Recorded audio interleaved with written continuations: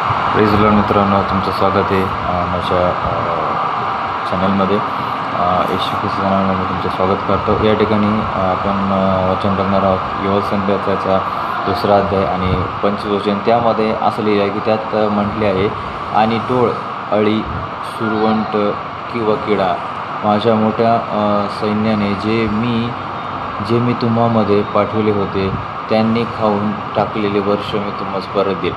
देवाचं वचन होतं की जे तुम्ही विश्वास ठेवणारे लोक, जे तुमची विपत्ती झाली आहे किंवा जे काही तुमच्यावरती विपत्ती आले किंवा जे काही संकट तुमच्यावरती आले आहे, बायबल सांगतं की मी ते तुम्हाला परत देणारा परमेश्वर आहे. तुमचे गेलेले वर्ष, तुमचं गेलेली मेहनत, वाया गेलेली जे काय आहे त्या सगळ्या गोष्टी मी तुम्हाला परत देणारा मी परमेश्वर आहे. तुमची गेलेली वेळसुद्धा मी तुम्हाला परत देणार तो परमेश्वर आहे. आपण योबाचं उदाहरण घेऊ शकतो. त्यामध्ये त्याची संपूर्ण संपत्ती गेली, संपूर्ण लेकरं त्याचे गेले, सगळं काही त्याचं गेलं, पण परमेश्वराने त्याच्यावरती दया केली, कृपा केली आणि त्याला सगळं काही परमेश्वराने परत वापस दिलं.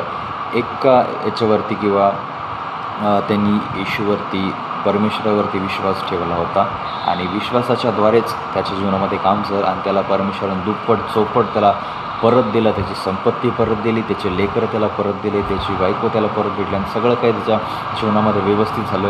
कशामुळं? फक्त परमेश्वरावरती ठेवलेल्या विश्वासामुळं हे घडलं माझ्याकडून. आणि या ठिकाणी देखील देवाचं वचन सांगतं की तुमच्यावरती जे काही विपत्ती आली आहे त्या सर्व विपत्ती मी तुम्हाला परत देणारा परमेश्वर आहे, म्हणजे आशीर्वाद परत देणारा मी परमेश्वर आहे. म्हणून माझ्या प्रियनं देवावरचा विश्वास कधी सोडू नका, कारण परमेश्वर हा विश्वास योग्य परमेश्वर आहे.